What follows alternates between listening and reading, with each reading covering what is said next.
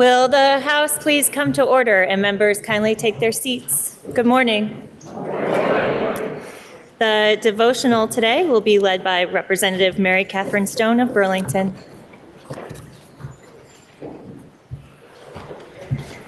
Good morning. Meditation, the body of God. Imagine the body of God. Imagine it with all the genders and races and physical descriptions of the world. God is male and female, and both, and neither, and all. God is black and red and olive and tan. God has hair in long braids, slanted eyes, flat nose, big lips, long beard, curvy body, long arms, short legs. God wears flowing dresses and blue jeans and saris and turbans and tuxedos and lots of jewelry. God has tattoos of every animal of the world and a single heart-shaped stud in their right ear. And God has every ability and every disability in the world. God walks, God limps, God rolls, God crawls. God gets where God needs to be. God gets to us, however God can.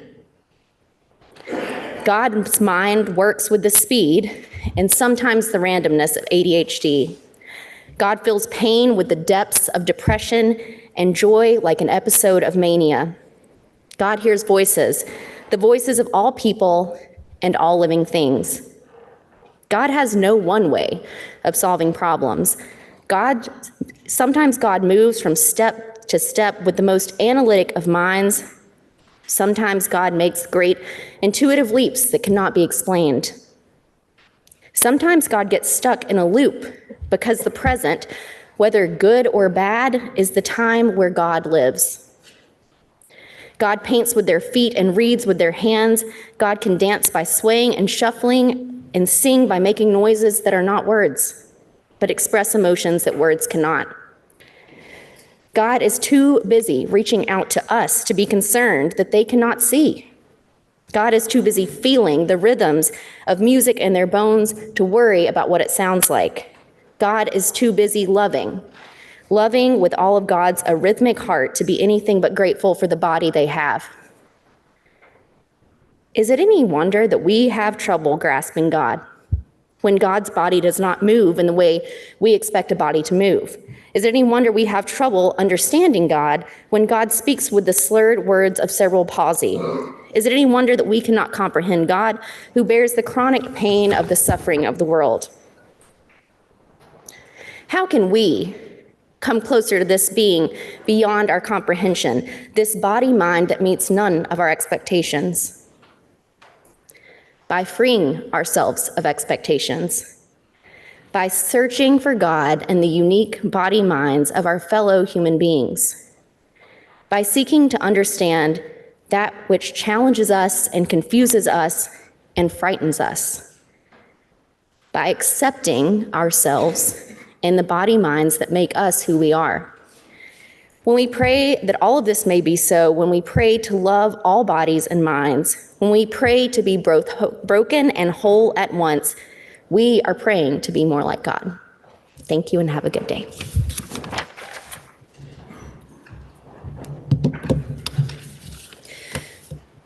Members, we have a bill on the notice calendar requiring referral to Money Committee pursuant to House Rule 35A. House Bill 364 is an act relating to approval of the annexation of property by the Village of Swanton, materially affecting the revenue of one or more municipalities. The bill is referred to the Committee on Ways and Means. Members, we've received requests to read two House concurrent resolutions that the House and Senate adopted pursuant to the consent calendar. The first is HCR 56, which is a House concurrent resolution designating April 18th, 2025 as USS Vermont SSN 792 Day in Vermont. Please listen to the reading of the resolution. Whereas the U.S. submarine Vermont, USS Vermont, was commissioned on April 18th, 2020, and is the third United States naval vessel to carry the state of Vermont namesake. And whereas the officers and crew of the USS Vermont are currently deployed in the Western Pacific and are making port in South Korea and Japan, strengthening military cooperation with our allies. And whereas the USS Vermont plays a leading role in the Australia, United Kingdom, United States Trilateral Security Partnership, and it awarded the first Australian officer his U.S. Navy submarine warfare insignia, Dolphin, while he was serving on the USS Vermont. And whereas the U.S. Navy has recognized the crew of the USS Vermont with the 2024 Squadron 1 Battle Readiness Award, and awards for engineering readiness, electronic warfare, supply readiness, and personnel readiness, further honoring their namesake with sustained superior performance. And whereas the officers and crew of the USS Vermont honor Vermont lore with champion patches on their shoulders and our freedom and unity motto in their emblems as they serve to protect our country and its freedoms. Now, therefore, be it resolved by the Senate and House of Representatives that the General Assembly designates April 18th, 2025 as USS Vermont Day in Vermont. Now, therefore, be it resolved that the Secretary of State be directed to send a copy of this resolution to the commanding officer of the USS Vermont and the USS Vermont Support Group. Next is HCR 58, which is a House concurrent resolution recognizing April 18th, 2025 as Electric Utility Line Worker Appreciation Day in Vermont. Please listen to the reading of the resolution. Whereas in the 21st century, electric power, which is overwhelmingly transmitted through openly exposed local and long-distance electric power transmission lines, is essential for all aspects of daily living. And whereas when lightning, snow, wind, and other variants of disruptive weather strike, the electric power lines are often damaged, posing an immediate danger to persons who encounter the wires and disrupting the flow of electric power to neighborhoods, entire municipalities, and even large sections of the state, including vital health and public safety facilities. And whereas these electric power disruptions trigger the response of the dedicated men and women who are employees of Vermont's cooperative, investor-owned, and municipal utilities, the organizations that for decades have striven to provide all Vermonters with reliable, safe, and in more recent years, increasingly environmentally friendly electric power. And whereas these electric utility employees must work extended hours under extremely dangerous conditions that require the utmost degree of care and professionalism in a time-pressured effort to restore electric power expeditiously and eliminate dangerous hazards on the landscape and byways of the state. And whereas these individuals are truly unsung heroes whose impact on our daily lives is often forgotten and underappreciated.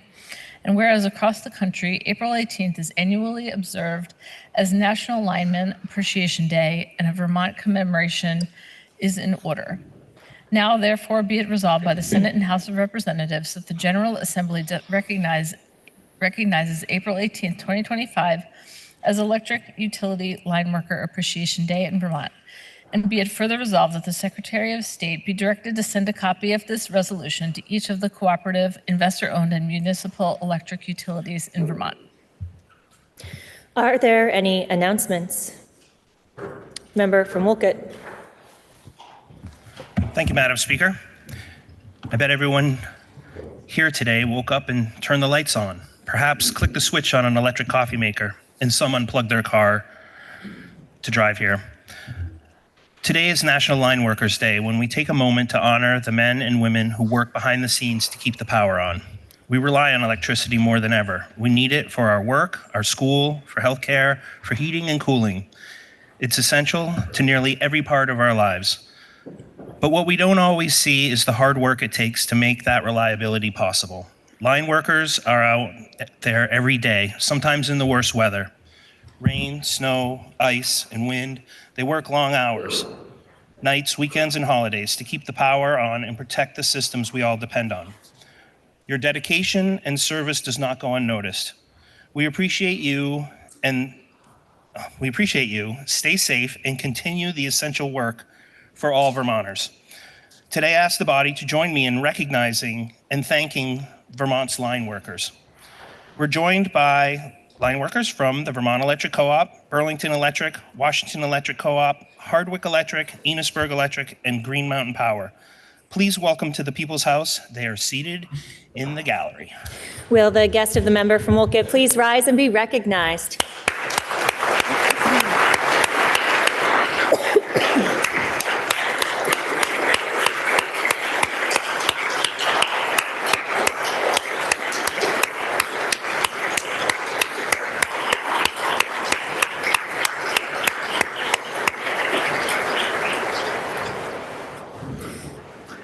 Member from Milton. Madam Speaker, God bless our linemen. I'm glad we recognize them. They work above the ground to keep us safe, keep that power on, keep the lights on for us. But now I'm going to talk to you about a group that works in a different spectrum. They work in the run silent, run deep world, the submarine force. Since the context of the resolution that was just read about the USS Vermont, obviously that was back and we talked to their deployment that they just got back from in March, so they've now returned to home station, so a little bit of that's stale, but I'll just give you a quick update. The boat and crew has now returned safely to their home port in Pearl Harbor, Hawaii in mid-March. In fact, Mr. Gary Freimeyer, the president of USS Vermont Support Group, is in Pearl Harbor as we speak to welcome them home from a lengthy deployment and participate in their change of command. Highlights of the successful deployment included port calls with our country's allies in South Korea and Japan, the advancement of 20 sailors to the next pay grade, with 32 sailors earning various submarine qualifications, and the first ever submarine warfare device known as Dolphins being awarded to an Australian Royal Navy officer while serving on the Vermont. I'll recognize some of the members of the USS Vermont Support Group and some others that are here to commemorate this event. And with the legislature's continuing support, this maintains a strong relationship between Vermonters, Vermont businesses and associations, and our namesake fast attack submarine, her crew, and their families. So bear with me, it's a little bit of a list, but from the Vermont National Guard, our Deputy Adjutant General, General Henry U. Harder Jr., from Norwich University, their ROTC Commander Tom Plasek, accompanied by Lieutenant Jacob Kruchowski, Midshipman First Class Megan Juhola, Midshipman Second Class Zach McGee, Midshipman Second Class Edward Phillips, Midshipman Second Class Aubrey Schmidt. From the U.S. Coast Guard Station Burlington, their brothers and sisters in arms, we have Senior Chief Nick McGowan, Executive Petty Officer Shane Bieber, and two others. They came in last minute on me, so I apologize, gentlemen, that I don't have your names, but welcome. The U.S. Submarine Veterans Green Mountain Base Commander Bill Mattoon, Master Chief Retired Rod Brigham, support group members Sheila Spalding, Susan Martin, Steve Martin from their board of directors, as well as Captain former Representative Albert Perry, Dale Pontius, Butch Patch, Clayton Wenzel, and additional members of their group, Dick Bemis, Treasurer, Pat McDonald, Secretary, Wayne Pickett, Vice President, and last but not least, from our own Office of Veterans Affairs, State of Vermont, Bob Burke is the director that is here with them. A fun factoid that relates to an earlier session resolution honoring the UVM men's soccer team. The Vermont sustained superior performance was recognized by UVM's NCAA champion men's soccer team with a donation of a jersey to reside in the Catamount Tavern on the board Big Sugar, as the USS Vermont is affectionately known. Images of the return to the Vermont and the reunion of the crew and their families can be seen on the USS Vermont Support Group Facebook page. And the members will be in the cafeteria for a little bit longer, I believe, after this presentation here on the floor to talk with folks. So if you're so inclined, please stop by and say hi to this esteemed group of people. With that, Madam Speaker, I'd ask the body give a hearty welcome to our honored guests that are here today, recognizing the USS Vermont. Will the guest of the member from Milton please rise and be recognized?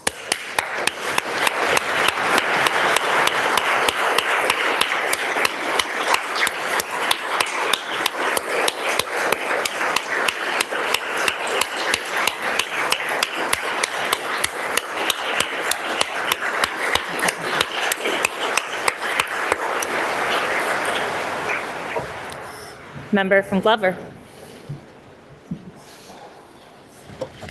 Madam Speaker, as a teacher, I'm always excited to see students visit the People's House, but today is especially meaningful as we are joined by my own students. In the chamber with us are high school students from Hazen Union School, a small but thriving school in the Northeast Kingdom, accompanied by their teachers, my respected colleagues. These students are currently enrolled in government and Vermont history classes where they've been studying democracy and the stories of the people of our state. Some have even been closely following the work of our individual committees, and today they have the opportunity to see that work in action firsthand. Madam Speaker, I am incredibly proud to welcome my students and colleagues seated in the balcony to the State House today, and I hope that the body will join me in offering them a warm and enthusiastic welcome to the People's House. Will the guest with the member from Glover please rise and be recognized?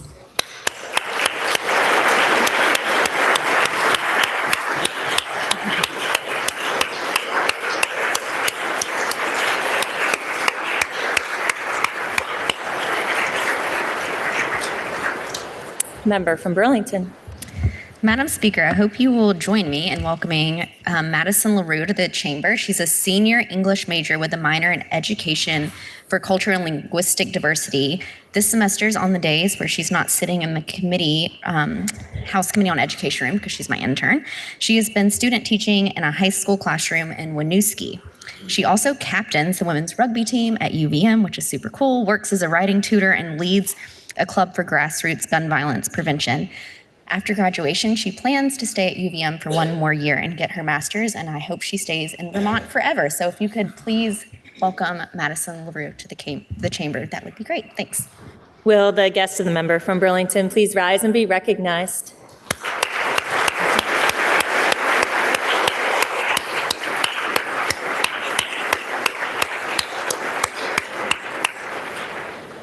Are there any further announcements?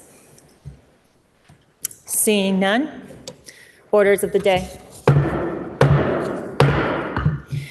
Members, we will begin with Senate Bill 28, which is an act relating to access to certain legally protected healthcare services. Please listen to the third reading of the bill. S28, an act relating to access to certain legally protected healthcare services. The question is, shall the bill pass in concurrence with proposal of amendment? Are you ready for the question?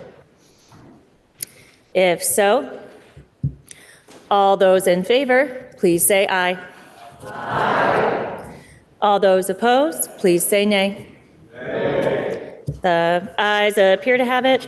The ayes do have it, and you have passed the bill in concurrence with proposal of amendment. Next is Senate Bill 27, which is an act relating to medical debt relief and excluding medical debt from credit reports.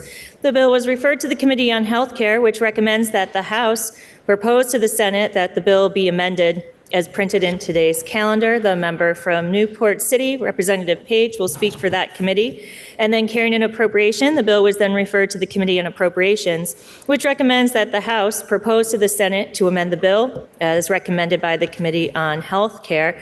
The member from Bennington, Representative Nigro, will speak for that committee. Then affecting the revenue of the state, the bill was referred to the Committee on Ways and Means, which also recommends that the House propose to the Senate to amend the bill as recommended by the Committee on Health Care. The member from Linden, Representative Feltus, will speak for that committee. Please listen to the second reading of the bill. S27, an act relating to medical debt relief and excluding medical debt from credit reports. Member from Newport City.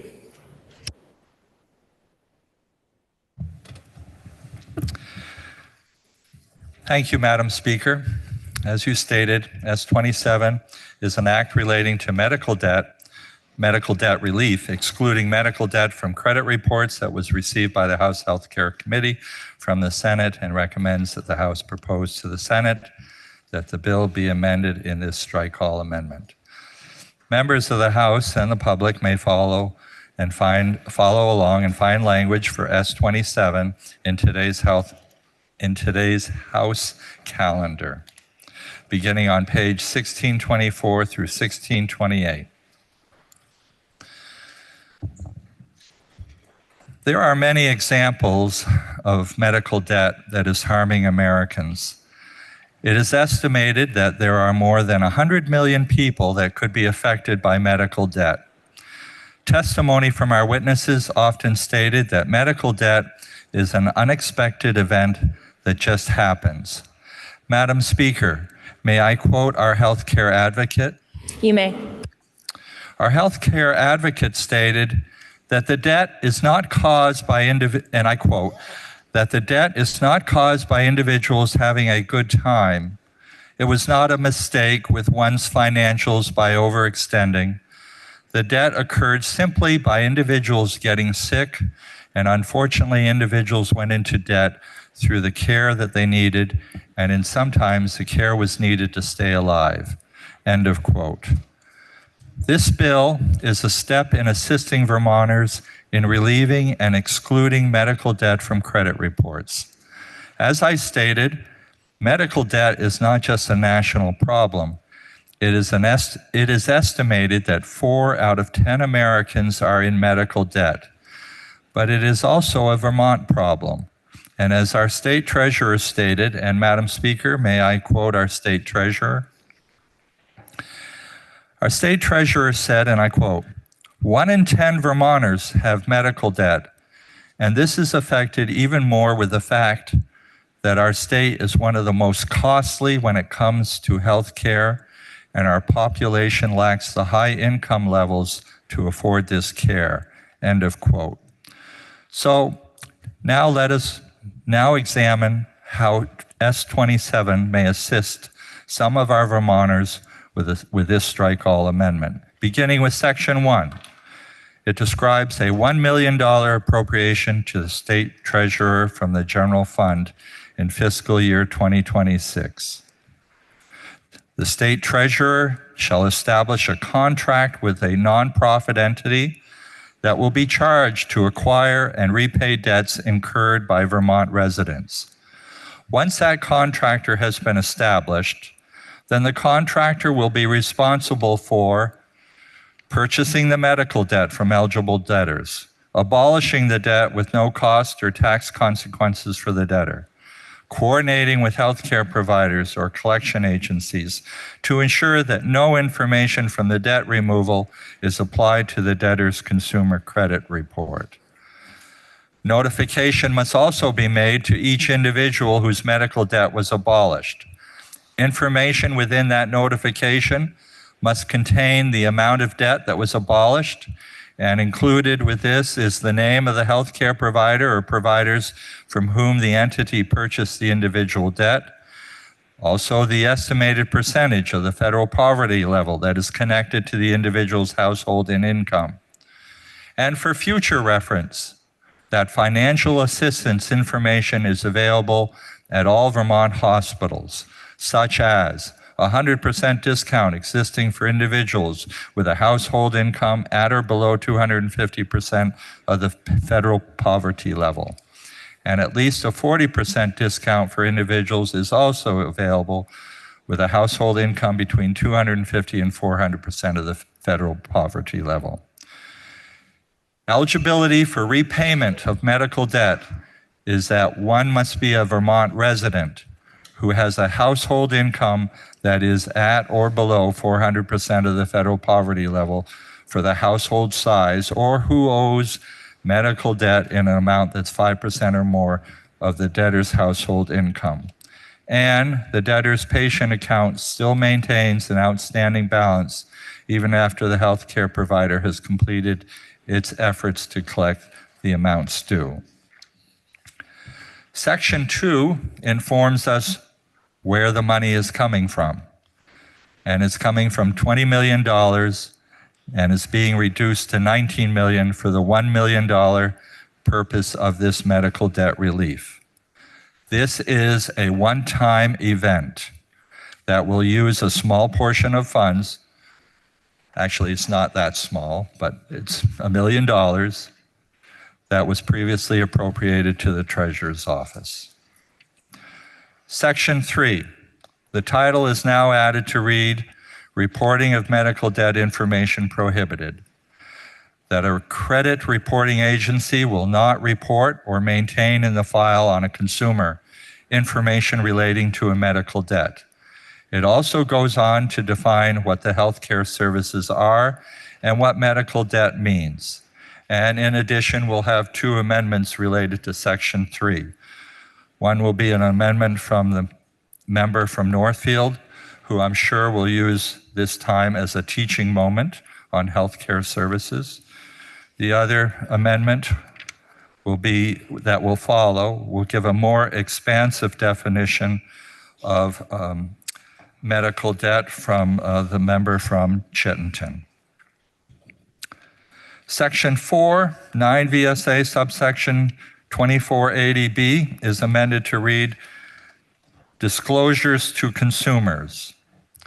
When credit reporting agencies are required to make a written disclosure to a consumer, they must follow certain guidelines, such as it must be a 12-point type, it must be bold type, and the following notice must state, "Notice to Vermont consumers."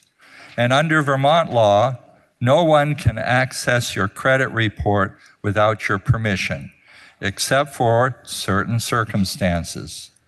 And they are, the credit report is related to a transaction prior to January 1st, 1993. The other items are where the request for a credit report is from the Vermont Department of Taxes for collecting or investigating delinquent taxes, or where the credit report is by an organization that is exempt from taxation for the purpose of determining eligibility for the abolition of medical debt. This is simply to determine which patients are eligible for the debt relief under the guidelines of assessing your credit report. Section 5, 9 VSA, subsection 2480G is amending the title exemptions. That within section 2480E of this title, that it shall not apply to an organization that is exempt from taxation under the Internal Revenue Service when determining eligibility for the abolition of medical debt, provided that the exception or the exemption is not applied to a tax-exempt organization, such as a large healthcare facility, as defined in 18 VSA subsection 9481. This is to ensure that a hospital cannot examine, or a large healthcare facility cannot examine information to determine who can and cannot pay for their medical care.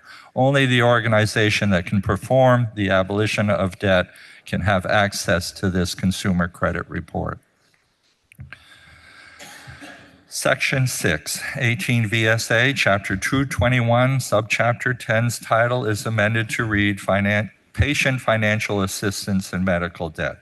It also amends subsection 9485 for prohibitions on sale or reporting of medical debt. This section states that a large healthcare organization, again, may not just simply sell or transfer its medical debt to an organization that is exempt from taxation. The transfer of medical debt must be for the purpose of abolishing the medical debt of one or more patients. And in addition, no large healthcare facility or medical debt collector shall report or furnish any information related to medical debt to a credit reporting agency. Section 7 is the effective date of 1 July 2025. The Healthcare Committee received testimony from the following witnesses as follows. The Vice President for Healthcare, American Federation for Teachers, Deputy Chief Counsel Office of Legislative Counsel, Senior Director, Northeast Government Affairs, Leukemia and Lymphoma Society, the President of the Vermont Bankers Association, the Treasurer, State of Rhode Island, the Chief Healthcare Advocate, the Vermont Legal Aid, Director of Policy, Vermont Network Against Domestic and Sexual Violence, Vice President of Government Relations, Vermont Association of Hospitals and Health Systems, the Vermont State Treasurer, Office of the State Treasurer, Director of Community Economic Development and Food Security Capstone Community Action, along with Consumer Research and Health Policy Analyst Office of the Office of the Healthcare Advocate, Vermont Legal Aid. Madam Speaker, the Healthcare Committee wishes to thank all those that provided testimony in support of S27. Madam Speaker, S27 does good work, showing compassion and kindness by assisting Vermonters with medical debt. Your House Health Care Committee approved favorably with Amendment S27 on a voice vote of 11-0-0 and requests that the body vote in favor of S27. Thank you, Madam Speaker. And now speaking for the Committee on Appropriations, member from Bennington. Madam Speaker, S27 appropriates $1 million to the state treasurer for the purposes described in this bill. Like the other committees who reviewed S27, all present members of the House Appropriations supported this bill with a vote of 10-0-1, and we ask for your support. And now speaking for the Committee on Ways and Means, member from Linden. Thank you, Madam Speaker. The Ways and Means Committee considered this bill as part of our responsibility to review the revenues of the state. We reviewed it with Ledge Council and JFO, and you may find a fiscal note on the JFO website, which indicates that there is no fiscal impact to the state due to this enactment other than the appropriation. There are no additional costs to the state, nor to the beneficiaries, the participants of the program, nor to the company that would be doing the work. And our committee voted 11-0-0 in order to approve this bill, and we ask for the body's support. Thank you. And now the member from Essex, Representative Black and others, offer an amendment to the report of the Committee on Health Care that the first assistant clerk emailed to members at 9:13 this morning. This amendment is also posted on the House Overview webpage, and paper copies are available at the main table. Member from Essex. Thank you, Madam Speaker. So after S27 was voted out of your Committee on Healthcare, we were working on another bill, which also had a definition for healthcare services. And in both of these bills, we really wanted to be as expansive as possible on the definition of healthcare services. And in the subsequent bill, we used language that's in existing statute. And for consistency's sake, we decided that we would use the same language in S27 as well. So that's the amendment that's before you, and it just changes the definition of healthcare services in Section 3 to mean all supplies, care, and services of a medical, dental, behavioral health, mental health, substance use disorder treatment, surgical, psychiatric, therapeutic, diagnostic, preventative, rehabilitative, or supportive nature, including medications. Pretty comprehensive. Your Committee on Healthcare approved this amendment on a straw poll of 11-0-0, and we ask for your support. The question is, shall the report of the Committee on Health Care be amended as offered by the member from Essex and others? Are you ready for the question? Member from Fairfax. Madam Speaker, may I interrogate the presenter of the amendment? The member from Essex is interrogated.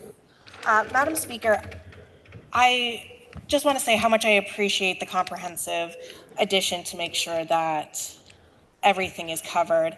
I am concerned about something that I do feel is missing, and was wondering if the committee took testimony on whether or not fertility treatments would be covered under this. We did not take testimony on specific types of healthcare services. Okay. From your understanding of the bill, would fertility or the amendment, would fertility treatments be covered under the amendment or the underlying bill? My reading of the definition, all supplies, care, services of a medical, and I believe that I would interpret fertility services to be medical treatment. Even if some providers deem it elective? May I have a moment to consult with Legislative Counsel? Yes. And we'll get a really good answer. The House will stand in recess.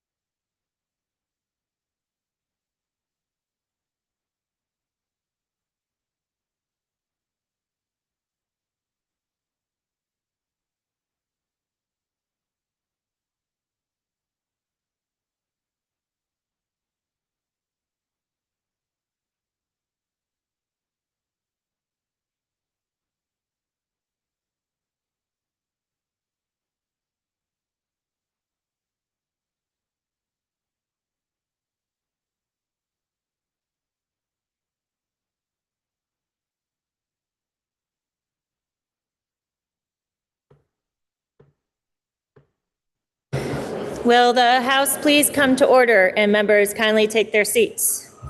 Member from Essex. Multiple types of things that it would be covered under, but I just want to, for the purposes of this bill, this is a definition for the purposes of medical debt relief, not coverage, not insurance coverage, makes no distinction between elective or non-elective.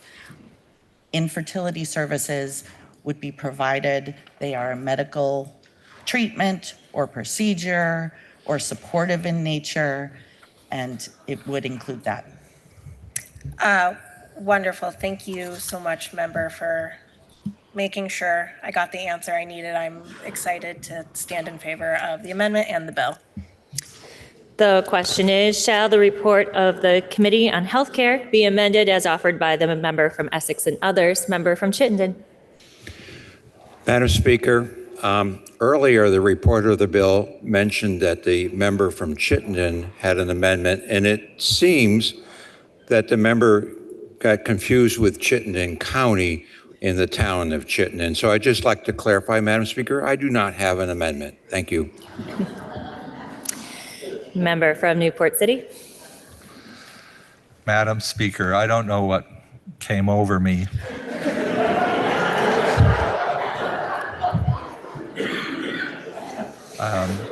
But I do know the difference between Essex and Chittenden. And I humbly apologize to the member from Essex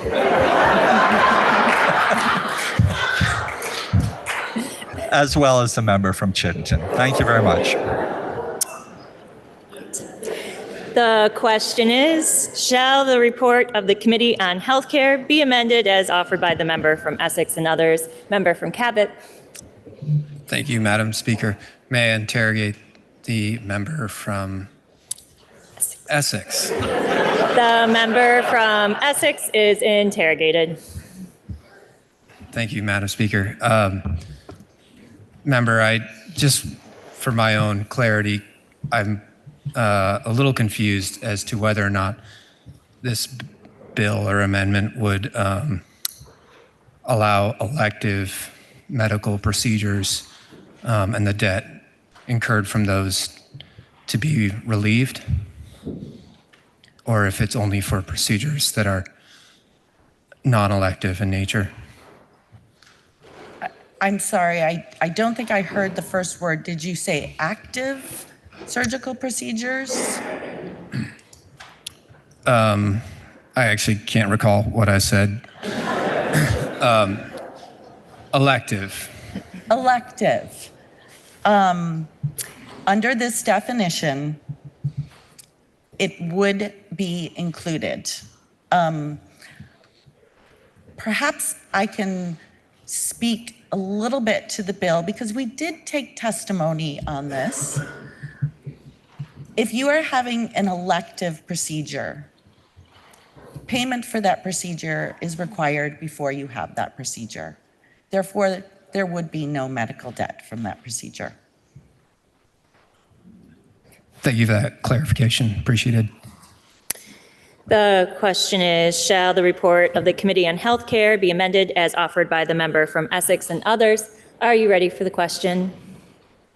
If so, all those in favor, please say aye. Aye. All those opposed, please say nay.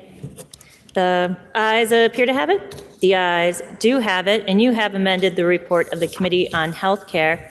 Now the member from Northfield, Representative Donahue, and the member from Essex, Representative Black, offer an amendment to the report of the Committee on Healthcare that is printed in today's calendar. Member from Northfield. Thank you, Madam Speaker. This proposal of amendment has a very focused intent. That is to make it clear that Vermont recognizes that the term behavioral health is seen as hurtful and stigmatizing by many in the psychiatric survivor community and can harm access to care, while at the same time recognizing that because it is used in other parts of the country, we must sometimes include it when a statute applies outside our own state. Behavioral health, in its widest common understanding and use, is a surrogate term for mental health and substance use disorders. However, in some interpretations, it can include specific behaviors that affect health, such as exercise to address a cardiac condition or a diet to combat diabetes. So we need to create a definition for behavioral health to ensure that we are not misusing it, but also to explain the situations where it needs to be used within a definition of healthcare services in order to not create a loophole for out-of-state concerns. I want to start by giving a bit of background on the term behavioral health because it may seem fairly innocuous since regrettably it does have widespread use. It was first coined by commercial insurers in the 1990s as a way to market managed care products for mental health and substance use disorder while making it clear that this was a segregated subset from regular health care with very limited benefits. Why is the term itself so often seen as harmful, including by many clinicians as well as those directly affected? Because when used to identify mental health or substance use disorder conditions, the message becomes that either the cause of the condition is a behavior.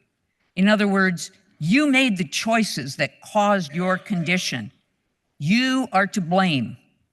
Or that is being called behavioral because the symptoms take the form of behavior. In other words, you are behaving badly. The fact is that all illnesses affect behavior, and behavior can affect any illness. But suggesting that this only applies to mental health or substance use disorder continues and exacerbates the long-term stigma and discrimination towards mental health and substance use conditions. A policy statement from the National Alliance on Mental Illness explained the two aspects of its impact this way, if I may quote. The term behavioral health obscures the reality of the need of millions of Americans for timely, effective treatment, particularly of co-occurring mental health and substance use conditions. Also, because behavior is perceived as a matter of choice, good or bad behavior, the very term behavioral health can add to the stigma and discrimination endured by people living with a mental illness. A few years ago, the Psychiatric Survivor newspaper I edited ran one of its reader polls asking about the term behavioral health. So to share a few of those quotes, one wrote and described having been traumatized at the age of 3.5 by a gang attack and said of her mental health struggles, "This is not my fault of my behavior. It's horrific that people who are supposed to be educated and trained in mental health use words like this." Another, "The cure for this seems to be, as my mother used to say, to straighten up and fly right. If we behaved appropriately, we wouldn't have this problem. It's horribly blaming and stigmatizing." As one writer commentated, "So if someone is irritable with hypoglycemia, does that become a behavioral issue? It piles another stigma onto one we're already trying to fight. I may have bipolar disorder, but at no time am I misbehaving, as that would imply I chose it, and I certainly did not choose this disorder." Madam Speaker, this contributes to health inequities because stigma remains the single largest barrier to people seeking and accepting care. A recent study in the Journal of American Medical Association reported that nearly half of all patients withhold critical information about their mental health out of embarrassment and fear, both of stigmatization and the possible long-term implications of sharing such information. A term like behavioral health also diminishes how the importance of access to mental health and substance use health care is perceived, whether it should really be on a par with a real illness. Even in Vermont, our effects at parity and coverage for care have had only mixed success.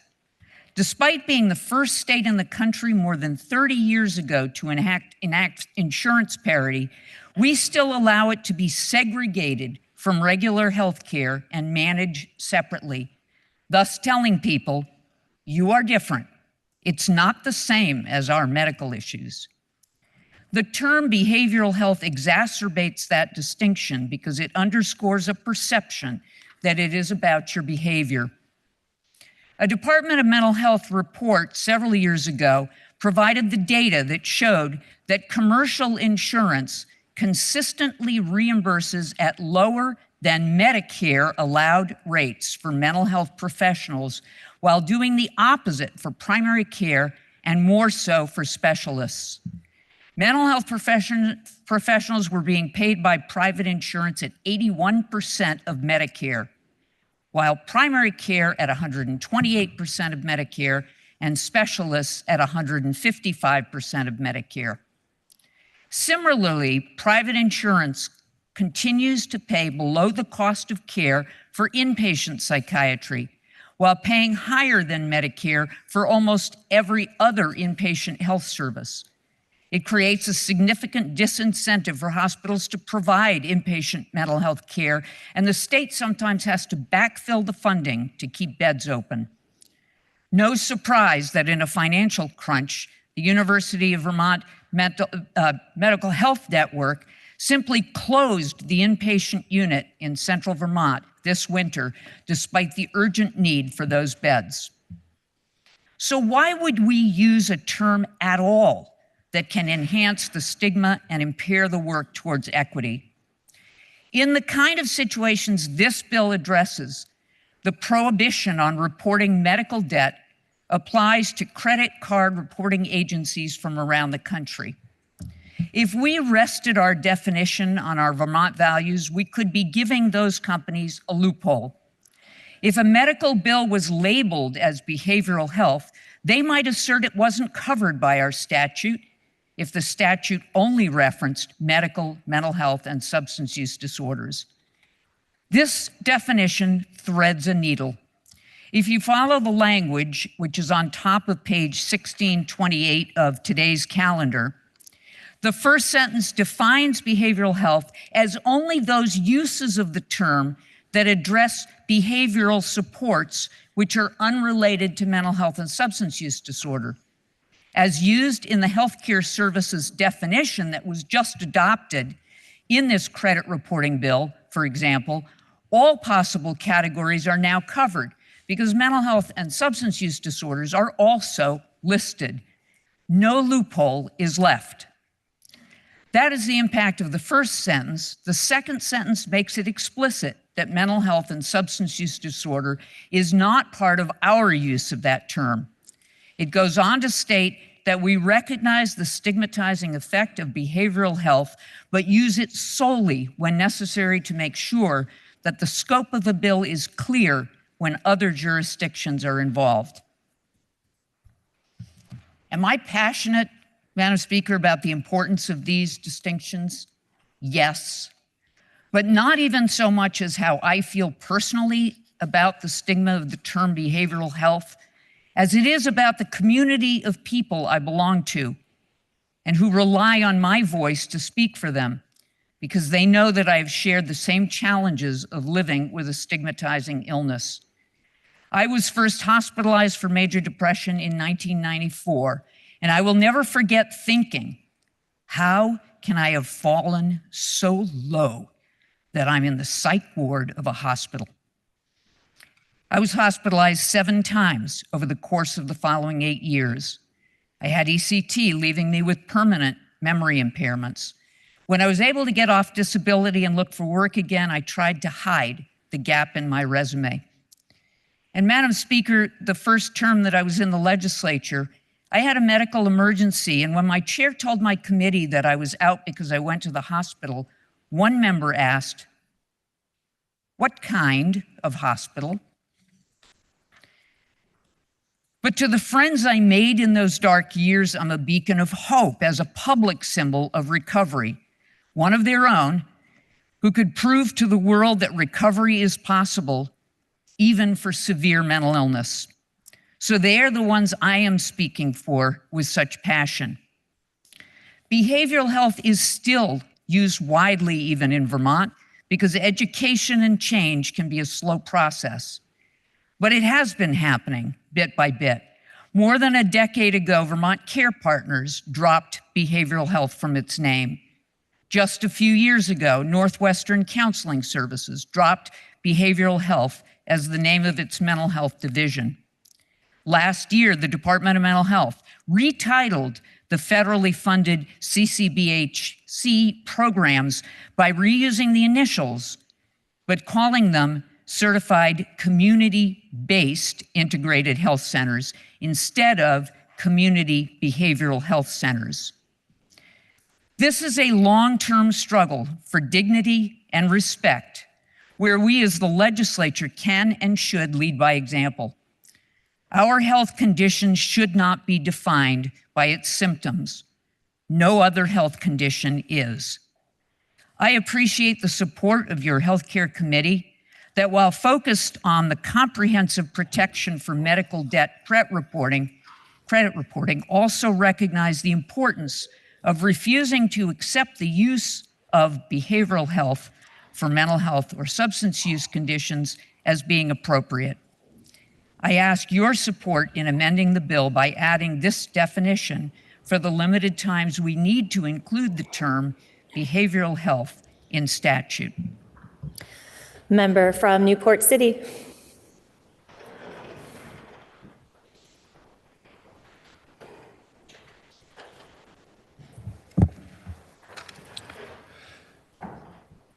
Thank you, Madam Speaker. And we did hear testimony from the member from Northfield, and it was a very good conversation. This is something that our committee had discussed numerous times, and we did not want to offend the member or anyone in that category. We listened to her presentation today, and in a vote of 9-2 to 0, we approved favorably her amendment. Thank you. The question is, shall the report of the Committee on Health Care be further amended as offered by the member from Northfield and the member from Essex? Are you ready for the question? Member from Burlington. Madam Speaker, for 9 years, I've seen the member from Northfield put in a difficult position time and time again when the issue has come up where behavioral needed to be included in bills in the Healthcare Committee. And I know that the member has been fighting for far longer than that. As a member of the same community I'm part of, I would say people struggling with recovery from mind-body conditions is probably a more accurate way I would describe my experience than any of those words in statute. And I just want to acknowledge the significance of this moment, that after all that time, we are putting into statute language that allows us to protect people while fighting stigma. And I want to thank the member from Northfield for decades of fighting. Thank you, member. The question is, shall the report of the Committee on Health Care be further amended as offered by the member from Northfield and the member from Essex? Member from Winooski. Madam Speaker, I want to echo the member from Burlington's comments about the importance of this moment and also the contributions and tenacity of our member from Northfield. I also want to mention that this discussion involves more than just peers like myself who live with a mental health issue. This involves the people who care for us and the people who have dedicated their entire lives and careers to helping us live with our challenges.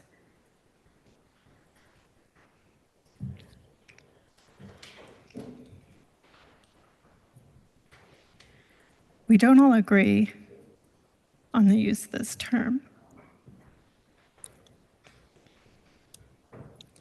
And we don't all agree on the definition. I think that defining something in statute needs to be a collaborative process. It needs to involve everyone who uses the term, in order to be sure that we can pay for getting the care that we need. I appreciate that that is reflected in this definition, but I think that we need to include our providers when we define it so that their voices are also heard, since we can't exist in our full wellness without their care. The question is, shall the report of the Committee on Healthcare be further amended as offered by the member from Northfield and the member from Essex? Are you ready for the question? If so, all those in favor, please say aye. Aye. All those opposed, please say nay. The ayes appear to have it. The ayes do have it, and you have further amended the report of the Committee on Healthcare. Members, there is an amendment in the calendar from the member from Ferrisburg, Representative North, and it is my understanding that the member from Ferrisburg will not be offering that amendment. So the question now is, shall the House propose to the Senate to amend the bill as recommended by the Committee on Healthcare as amended? Are you ready for the question? If so, all those in favor, please say aye. Aye. All those opposed, please say nay.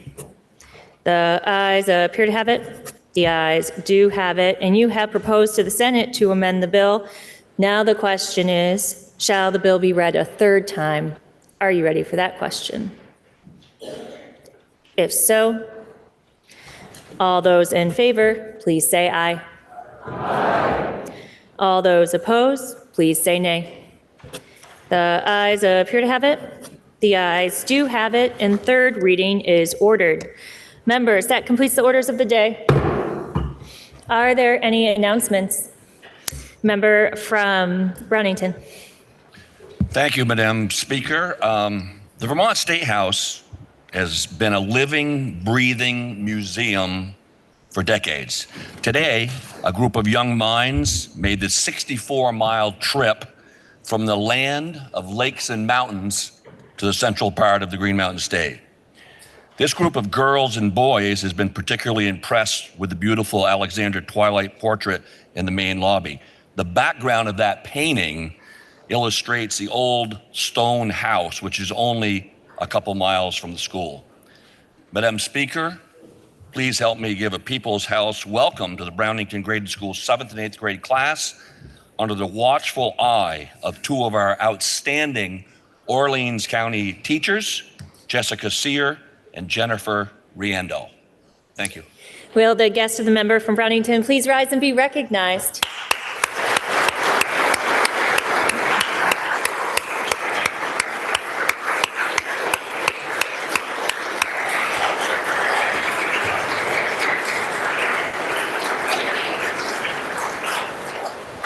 Member from Burlington. Thank you, Madam Speaker. Just wanted, as we close, to recognize member from Chittenden 17 who celebrates her birthday today. And my hope for you is that despite your culinary expertise, someone else is making you your cake. Happy birthday, member.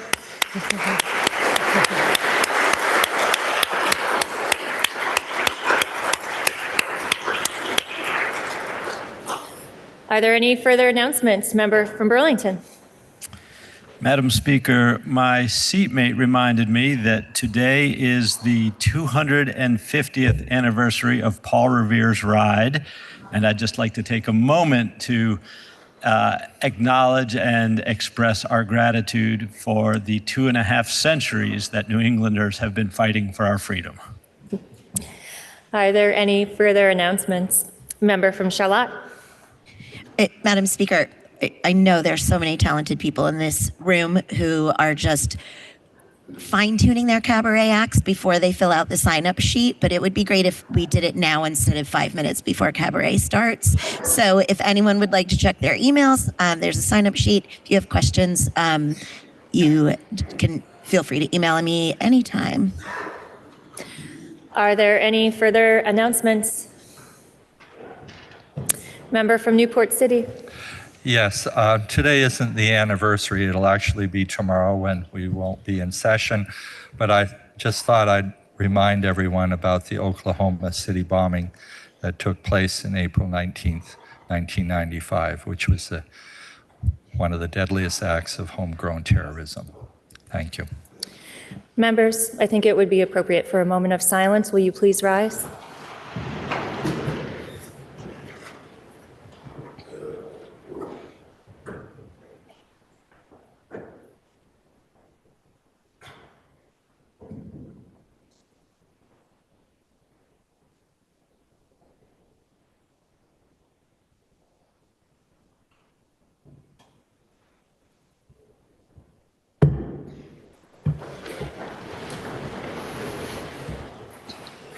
Thank you, member from Newport City. Are there any further announcements? Member from Morristown. My apologies. Thank you, Madam Speaker. I just wanted to say this week that annually April 11th through the 17th is Black Maternal Health Week. And that just is to raise awareness and acknowledge that Black women die at 3 times higher rates than any other race during childbirth. There's more to come down the pipeline, but I wanted to say it in this space to honor that with the national movement, and then we'll some more to come. Thank you. Are there any further announcements? Seeing none? Oh, sorry, my apologies. Member from Fairfield. I'm very sneaky. It's not today, but I would not want this to go unrecognized. I don't have anything funny to say. I mean, he's funny, hilarious actually. But tomorrow is the very, very senior member from Barrytown's birthday, and I hope we can wish him a good one. Happy birthday, member.